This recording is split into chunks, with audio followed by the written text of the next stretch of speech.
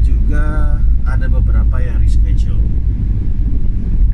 Ya kalau untuk reschedule sih mungkin tidak apa-apa ya. Jadi masih ada harapan mereka akan datang kembali di lain waktu, mungkin setelah peraturan itu dicabut, karena peraturan tersebut berlaku dari mulai tanggal 29 Desember.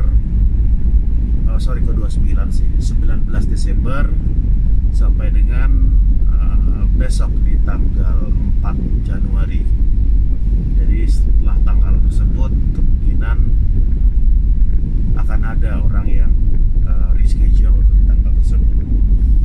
Dan uniknya peraturan tersebut justru dimanfaatkan oleh beberapa orang untuk datang ke Bali, tetap datang ke Bali, tapi untuk menghindari swab test mereka memakai jalur darat. Nah, dari itu kita juga berpikir kemarin bahwa aturan tersebut berlakunya terbalik. Jadi yang pertama sedikit diskriminatif, yang kedua terbalik.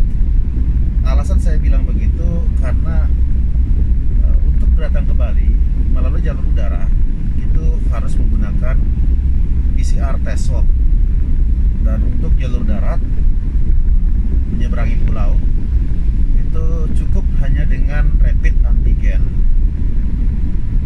Nah, kenapa tidak disamakan saja? Oke, kalau emang alasannya untuk mengurangi tingkat penyebaran COVID di Bali, kenapa tidak disamakan saja? Karena orang yang datang ke Bali itu entah itu dari jalur udara ataupun darat itu sama-sama beresiko. Sama-sama beresiko menyebarkan dan sama-sama beresiko untuk terkena juga. Kenapa tidak standarnya disamakan? Misalnya PCR, kalau memang tujuannya untuk mengurangi penyebaran. Maka yang terjadi adalah banyak dari mereka membatalkan perjalanan lewat udara dan mereka menggunakan kendaraan pribadi. Seperti kita lihat depan kita ini ada mobil plat luar. Banyak sekali mobil plat luar yang masuk ke Bali. Nah, di sebelah kanan itu juga ada mobil itu plat luar juga. Jadi mereka datang ke Bali menggunakan kendaraan pribadi yang menyebabkan di Bali tambah macet. Jadi tamu sebenarnya banyak. Yang pertama jadi tambah macet karena mereka menggunakan kendaraan pribadi. Di lain sisi, saya juga berpendapat jika mereka ke Bali menggunakan jalur darat, justru akan lebih menyebarkan, berpotensi menyebarkan virus itu sendiri. Ibarat begini, jika mereka datang dari kota seperti mobil di depan kita ini plat N, mungkin Malang, Pasuruan dan lain-lain, bahkan di sebelah kanan itu ada expander platnya B dari Jakarta. Mereka pasti akan mengisi BBM di SPBU, berhenti di rest area, makan di rest area ataupun di restoran, dan mereka juga akan berhenti di pelabuhan untuk masuk ke kapal feri.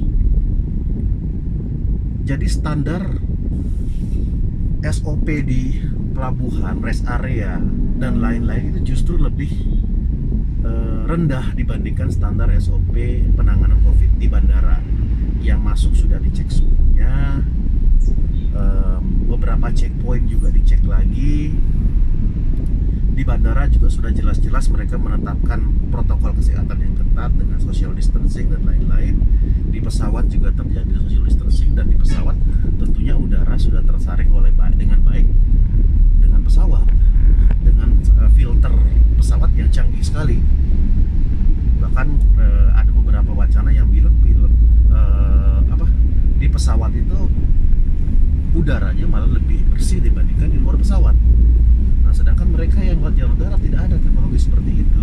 Mereka pun naik kendaraan pribadi, yang satu mobil itu kita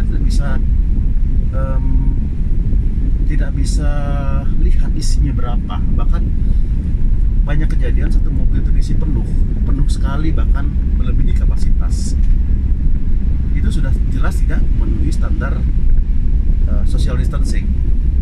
Belum lagi mereka makan di restoran dan lain-lain di rest area, yang juga agak susah penerapan social distancingnya, protokol kesehatannya kita nggak bisa kontrol. Dan mereka mampirnya bukan di satu tempat. Mungkin dalam perjalanan dari Surabaya ke Bali mereka mampir bisa ke 2 atau 3 tempat, apalagi dari Jakarta mereka ke Bali. Jadi kenapa gitu? Justru terbalik menurut saya, saya ada baiknya yang menggunakan PCR tes itu justru yang jalur darat, bukan jalur darat, karena mereka lebih berisiko untuk menyebarkan dan juga terkena paparan dibandingkan dengan yang jalur udara. Mereka terbang kalau jalur udara cuma dari Jakarta 2 jam, nggak sampai 2 jam udah sampai Bali. Jadi minim banget kontaknya. Itu dari segi kesehatan menurut saya. Nah, kalau untuk dari segi ekonomi, justru itu akan merugikan ekonomi warga Bali sendiri. Terutama di sini adalah pekerja pariwisata yang bergerak di bidang transportasi. Seperti kita ketahui, Bali itu banyak orangnya yang bekerja di bidang pariwisata transportasi, banyak taksi, banyak ada rental mobil, bahkan banyak ada orang yang punya mobil, mereka freelance. Istilah kalau orang Bali itu freelance guide, karena sudah orang yang ke Bali menggunakan kendaraan pribadi, jadi otomatis mereka nggak digunakan. Ya, secara ekonomi kita merugi. Kalau memang pemerintah ingin istilahnya mengembalikan pariwisata Bali seperti sebelumnya, kenapa begitu? Kenapa dibiarkan begitu? Harusnya mereka lebih encourage orang untuk ke Bali pakai pesawat, sehingga orang Bali yang sudah 7 bulan lebih, 8 bulan bahkan tidak bekerja, itu paling tidak memiliki kesempatan untuk bekerja kembali. Nah, ini lagi depan nih, plat FF kalau nggak salah, apa ya, Bogor ya. Nah, ini yang terjadi, plat luar menuju Bali. Jadi macetnya tetap, social distancingnya nggak dapet, orang Bali tidak bekerja, tidak berpenghasilan kembali. Ya, itu yang terjadi. Hotel di Bali penuh, beberapa, terutama daerah Canggu, Seminyak, lumayan padat. Bahkan kemarin saya ke daerah Canggu, kebetulan ada jemputan tamu di situ, saya sempat terjebak macet hampir 2 jam stuck, nggak gerak. Nah, itu membuktikan bahwa sebenarnya yang datang ke Bali itu masih banyak, cuma tidak terkontrol karena mereka lewat jalur darat. Ya, jadi itulah. Ini sudah mendekati daerah Seminyak, kita sudah ada di perempatan Jalan Kunti ya. Ini jadi buat yang nggak tahu, Jalan Kunti itu diambil dari nama ibu dari Panca Pandawa. Jadi nggak ada hubungannya sama Kunti yang satu lagi, yang mistik itu nggak ada. Oke, kita sudah mendekati daerah, sudah masuk malah daerah Seminyak.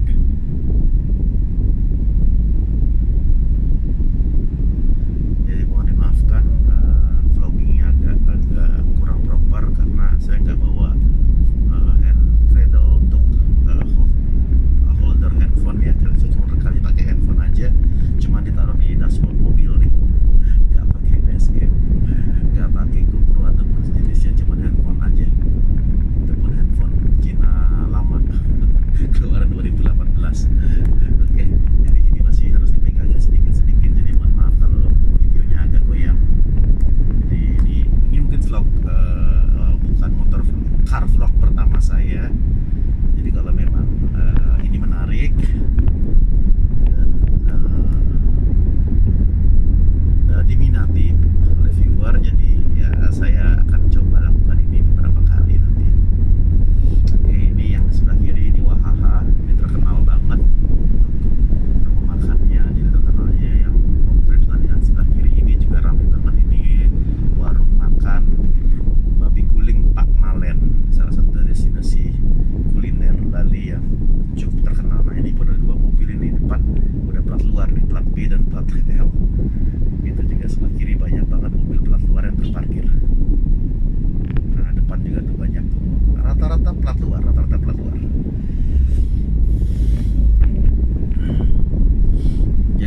selain destinasi alamnya yang beragam, kita juga memiliki destinasi kuliner yang cukup beragam. Jadi nggak cuman non halal ya, yang halal pun ada. Misal contoh kayak di Ubud itu ada crispy duck, ada nasi ayam kedewata, dan itu cukup bervariatif dan harganya pun cukup bervariatif dari mulai harga yang termurah sampai yang premium mahal, itu maksudnya. Oke, kita sudah masuk di perempatan yang menuju ke kiri, itu menuju ke Kayu Ayo, dan sebelah kanan kalau bagi penggemar dessert itu ada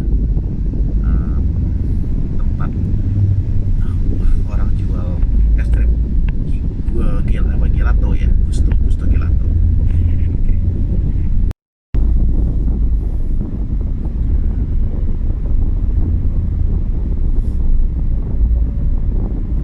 Oke, ini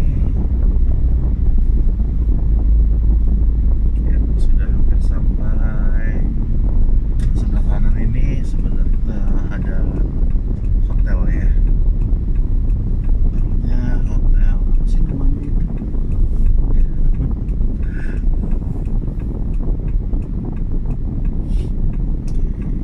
Ini sudah kita sampai di daerah Seminyak.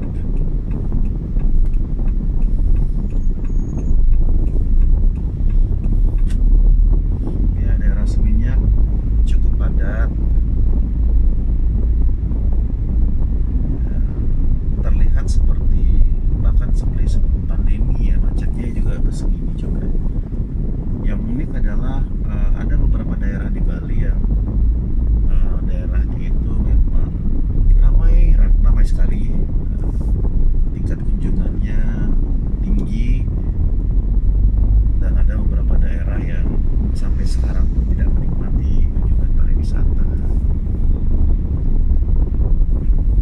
Ya, mungkin termasuk daerah yang hits ya kalau daerah Seminyak dan sekitarnya ini.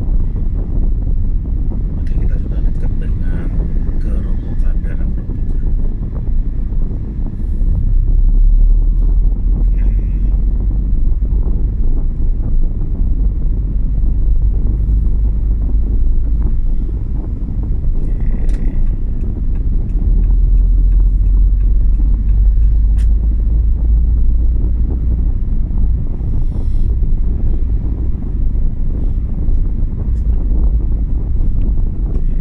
Di daerah Gerobokan, kalau kita ke kiri ini banyak ada villa-villa yang ya, banyak daerah villa lah kita sebut di sini.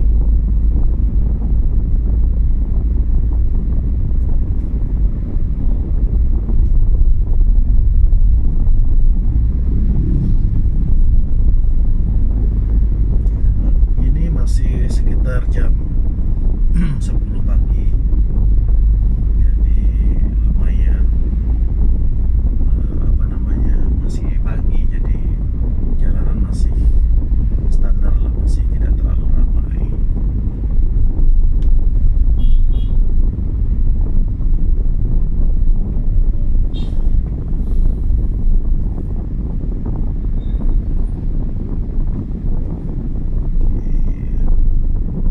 Ini BBM-nya cukup lemah ini, karena bukan lemah ya, kayak baterai aja lemah, BBM-nya cukup tipis ini. Jadi di depan ada pom bensin, kayaknya saya mampir sebentar untuk beli bensin.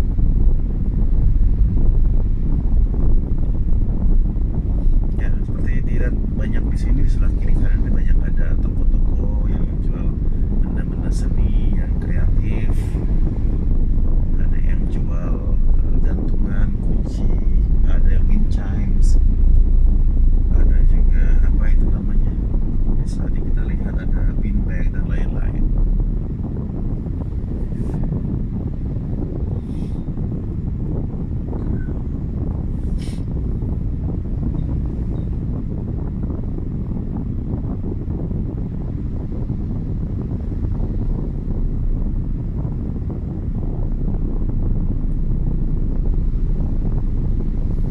Oke.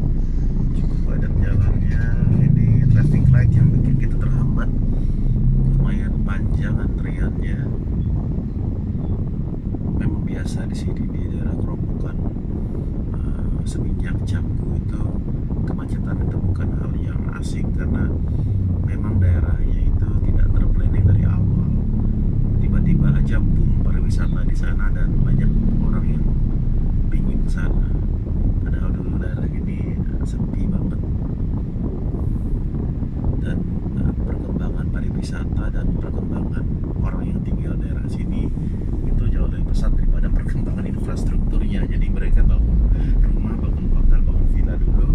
Setelah itu baru berpikir, oh iya ya, kita nggak ada jalan nih, baru buat jalan. Setelah itu berpikir, oh iya ya, listrik nggak ada nih, baru pasang listrik. Jadi semrawut. Jadi kita sendiri jalannya semrawut, terus ada kabel-kabel listrik. Kalau orang Bali bilang selengkat. Semrawut juga. Karena emang mereka nggak planning ahead gitu loh. Begitu bangun, mereka baru berpikir, oh ya nggak ada jalan, buat jalan. Terus mikir, oh ya nggak ada listrik, ya baru pasang kabel listrik, telepon sembarangan. Jadi fasilitasnya belakangan, yang penting bikin dulu, planningnya nggak ada. Nah itulah kalau di daerah seni yang campur robokan itu penyakitnya begitu. Jadi susah diperbaiki. Pertumbuhan infrastruktur jauh lebih rendah lajunya dibandingkan pertumbuhan ini. Oke, kita sudah sampai di pom bensin.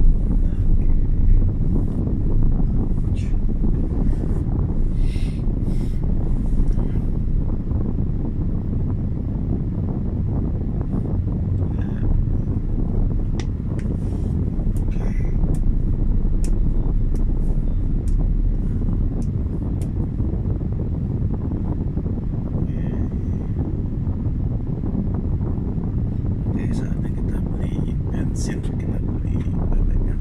Oke, dan kita lanjut ya. Oke, kita beli bensin dulu.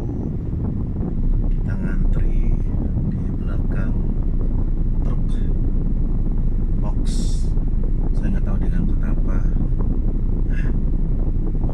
Oke, kita siapin dulu uangnya untuk beli BBM. Beli bebek.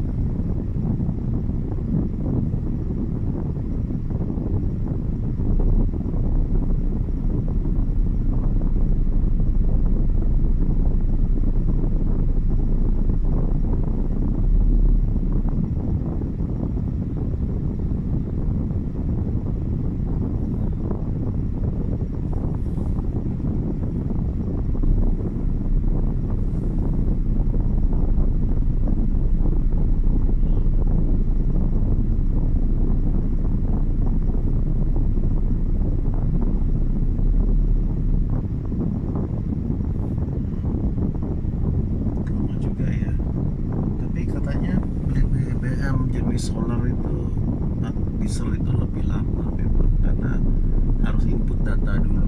Jadi data itu online. Tujuannya karena untuk pembatasan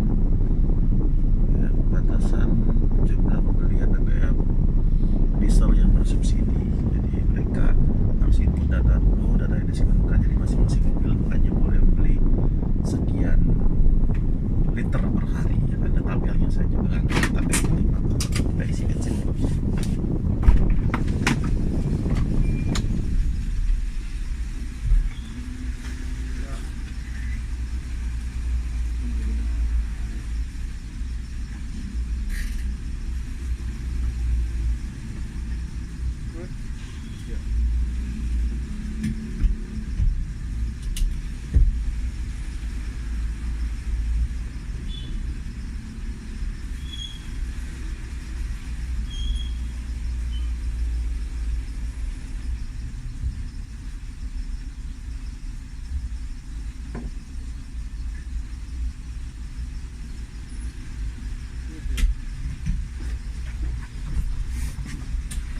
Oke, selesai isi bensin. Saatnya kita lanjutkan perjalanan menuju tempat jemputnya, yaitu di Villa Danoia, daerah Kaki Tengah. Hampir masuk Batu Belik sih itu sebenarnya.